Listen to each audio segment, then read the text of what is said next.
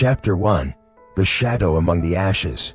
Rain poured down on the town of Havens Hollow as if the sky wanted to wash everything away. Heavy drops struck the old, worn roof tiles, blending with the tolling of the church bell that echoed through the night. The sound carried from the hill, distant yet still managing to seep into every corner of the empty square. The streetlights cast a pale yellow glow over the darkened cobblestones, reflecting the warped images of abandoned buildings like fragments of forgotten memories. 3 o'clock in the morning, the hour when anyone awake usually has their own reason, a nightmare, an unexpected phone call, or a strange noise. But tonight, no one knew that this silence was about to be shattered by something uncanny. From the dense darkness at the end of a narrow street, a small shape slowly emerged. At first, it was nothing more than a blurred shadow through the rain. Then the streetlight began to touch it, a fox, but not the bright red, sleek furred creature one might expect. Its coat was covered in wet ash, clumped into heavy, matted patches. With every step, drops of water mixed with ash fell to the stones below, leaving winding gray streaks like unreadable writing. As it stepped into the square, some tufts of fur hung loose, revealing fresh red scratches as if recently clawed into its skin. Its body trembled slightly, though it was unclear whether from the cold or from something else entirely. But what would stop anyone in their tracks was the object tangled at its side, a small piece of dark cloth, charred at the edges, as if it had just escaped a burning place. Wind hissed through the row of abandoned houses, turning into guttural wails as it slipped through shattered window frames. On the cobblestone street, the sound of footsteps suddenly halted. A lone figure stood still, watching the animal as though confronted with a mystery too big to comprehend at first glance. The fox raised its head. From within the gray ash and curtain of rain, its eyes still shone with an unusual light, not the simple wariness of a wild creature, not entirely fear, but a look that seemed to be searching for a way to make someone understand it. A silent cry for help. The night in Havens Hollow went on, rain and church bells still intertwining. But for the one who witnessed this scene, nothing would ever be the same again. They would find themselves wondering, as every mysterious story begins, where had it just come from, and why did those eyes seem to plead so desperately? Chapter 2. The Scorched Message. Ethan Miller had never been one to believe in strange tales. He had worked at the Havens Hollow post office for 12 years, living a life as simple and predictable as the stamps he stuck on envelopes every day. But that night, while walking home from the small bar, his old coat soaked through with rain, he stopped short in the middle of the square. The streetlight illuminated the fox's silhouette. Ash still fell in clumps from its drenched fur, spreading into gray streaks across the stones. Ethan stood less than 10 paces away.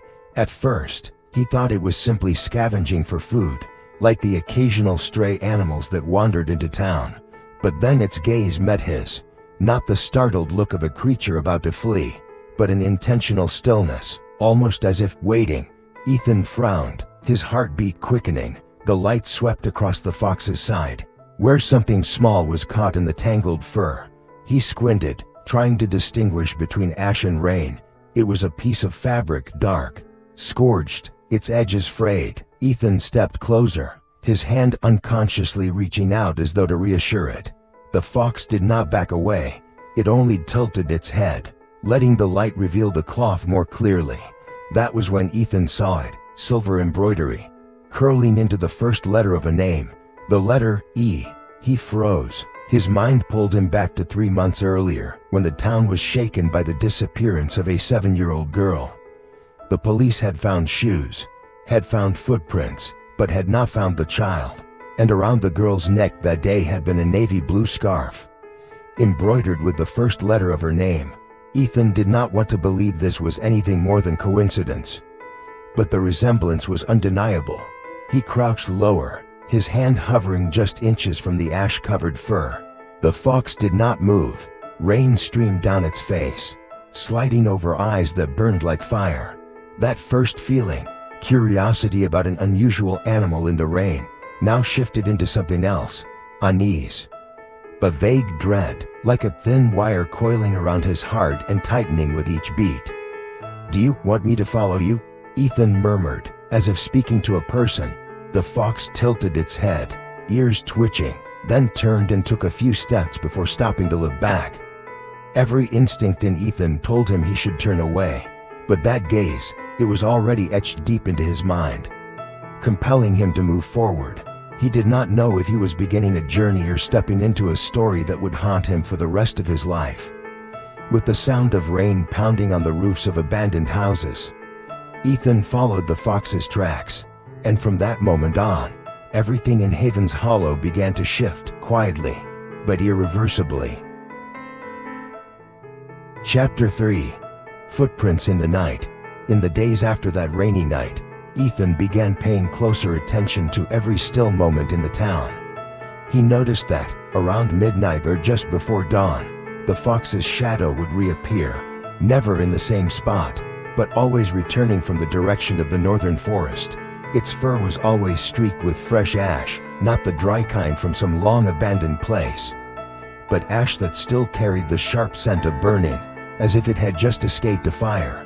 The people of Haven's Hollow were used to silence, but this pattern began to draw attention. Whispers started at the cafe at the end of the street, then spread to the bar on the other side of town.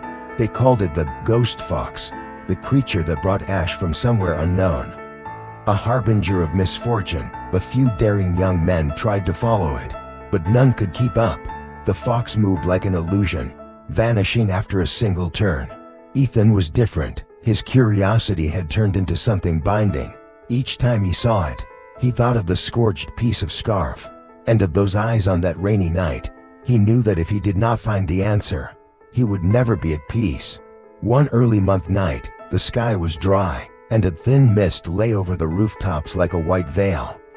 Ethan leaned against the lamppost at the end of the street, his hands deep in his coat pockets, his eyes fixed on the road leading into the forest. Around 2 o'clock in the morning, the familiar figure appeared. This time its fur was pitch black under a layer of fresh ash, its belly and legs streaked with mud. It walked past him, neither hurried nor avoiding him. When the distance was just right, Ethan took a deep breath and began to follow. Dry leaves crunched under his feet, their sound crisp in the still night air. Cold breath from the forest drifted toward him, carrying the damp smell of soil, and another scent, the faint smell of burned wood.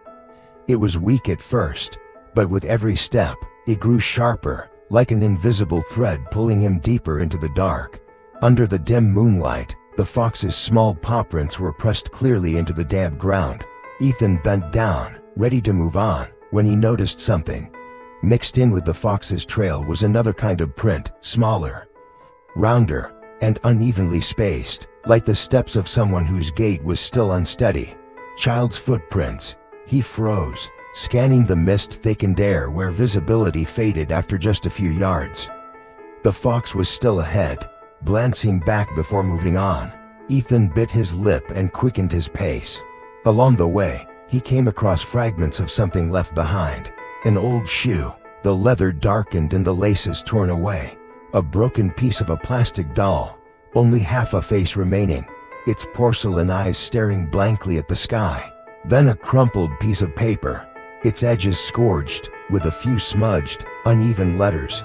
Help, the last letter blurred, as if water had washed the ink away. Ethan's heartbeat quickened, not from vague fear anymore, but from the clear sense that he was walking into a story that had begun long ago, yet no one had known about. In the distance, a branch snapped with a sharp crack. Ethan spun around, but saw only white mist. When he turned back, the fox had vanished. He ran a few steps, then stopped short. Ahead of him, the forest path opened into a narrow trail, flanked by tangled trees. The footprints, both the fox's and the child's, continued deeper still. He knew that from this moment, he could not turn back, not because of curiosity anymore, but because if he stopped, some truth might remain buried forever beneath the ash and mist of Haven's Hollow. Ethan pulled his collar tight, drew a deep breath, and kept walking. Somewhere ahead, in the dense forest night, there was a fire smoldering, and he could feel it, even without seeing its light. Chapter 4. Ashes that speak the truth. The trail led Ethan deeper into the forest like a black thread across the gray fabric of mist and shadowed trees. His footsteps blended with the forest's own breathing, the wind whistling through leaves, droplets falling from branches onto damp earth, and somewhere, the creak of wood, as though an old door had not been opened in years. The smell of smoke was now strong, no longer faint as before. It clung thickly in the air, mixing with the musty scent of rotting wood, the tang of rusted metal, and a faint metallic odor that made the hair on his neck rise. The fox ahead had slowed its pace, occasionally glancing back to wait for him.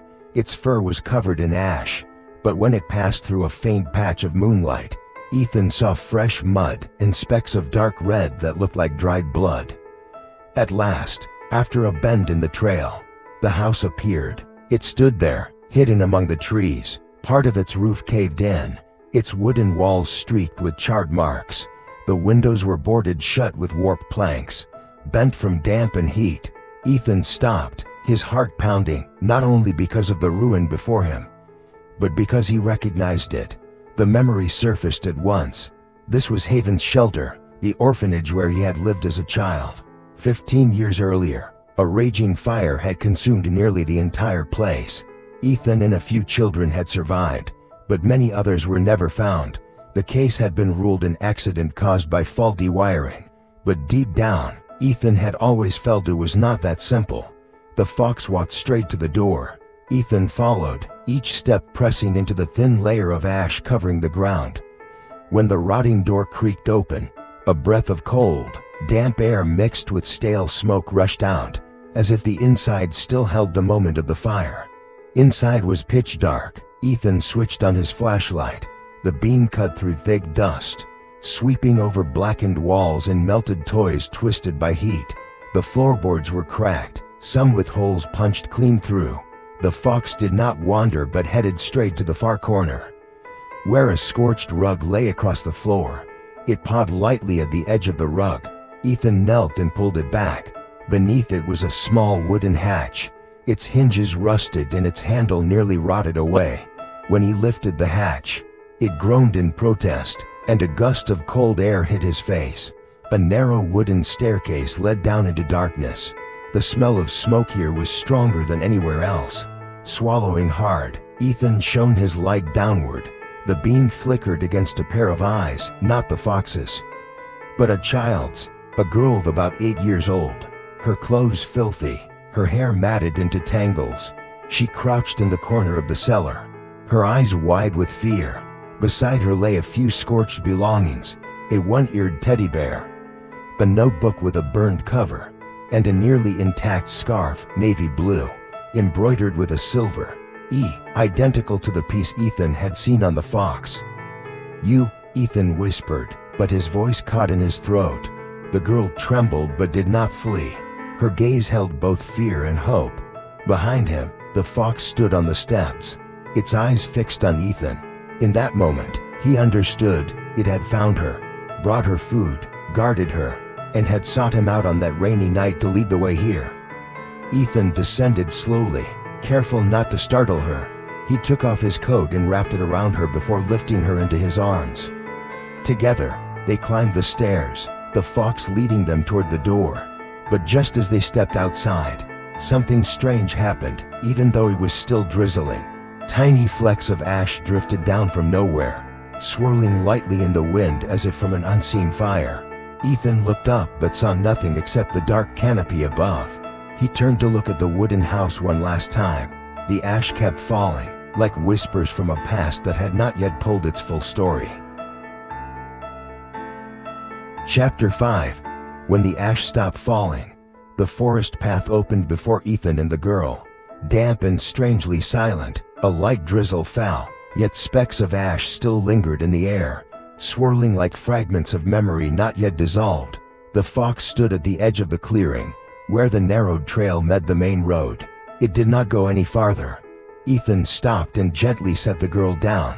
She clung tightly to his hand, her eyes holding both fear and reluctance as she looked toward the animal. The fox simply stood there, silent, its soaked fur pressed close to its thin frame. In its eyes, Ethan saw something he could not name, not quite the instinct of a wild creature, yet not entirely the gaze of a human. After a long moment, it turned away, disappearing into the thick undergrowth so swiftly that Ethan could not call out in time. The girl kept watching, and for the first time since leaving the cellar, her lips moved, her voice was thin and raspy. "I saw it every night. It brought me food, sometimes a piece of dry bread, sometimes a little bird. It stayed outside the door, never leaving, until you came." Ethan felt his chest tighten. In those few words was a story longer than she could ever tell. A story of waiting, of protection, and of fragile hope in the dark. They walked on. The town emerged through the mist, with its familiar yellow lights and rooftops. When Ethan handed the girl to the police, a crowd had already gathered in front of the old post office, murmuring in surprise, but Ethan stepped back, letting others surround her. He had no wish to be the center of attention. He only wanted to find a quiet place to breathe, to believe that everything that had just happened was real. In the days that followed, the story of the ghost fox spread throughout the town, but this time, it was no longer an omen of bad luck. People spoke of it as a savior, a mysterious forest guardian. Ethan heard it all, but kept silent. On long nights, he still remembered the look in its eyes that first rainy night, and the question that would never have an answer: why had it chosen him? Then a quiet thought began to take root in his mind. The night of the fire, he too had been a trapped child. He remembered little, except for a small, warm figure leading him out of the rubble. When he awoke in the hospital, people told him it had been a rescue worker. But his memory was different.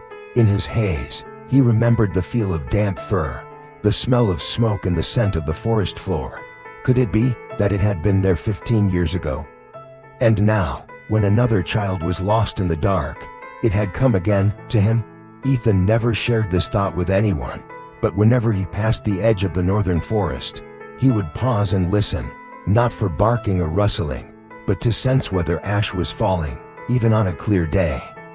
Because Ethan knew that some stories did not need explaining, they only needed to be remembered.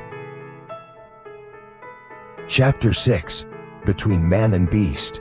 Winter came to Heaven's Hollow earlier than usual.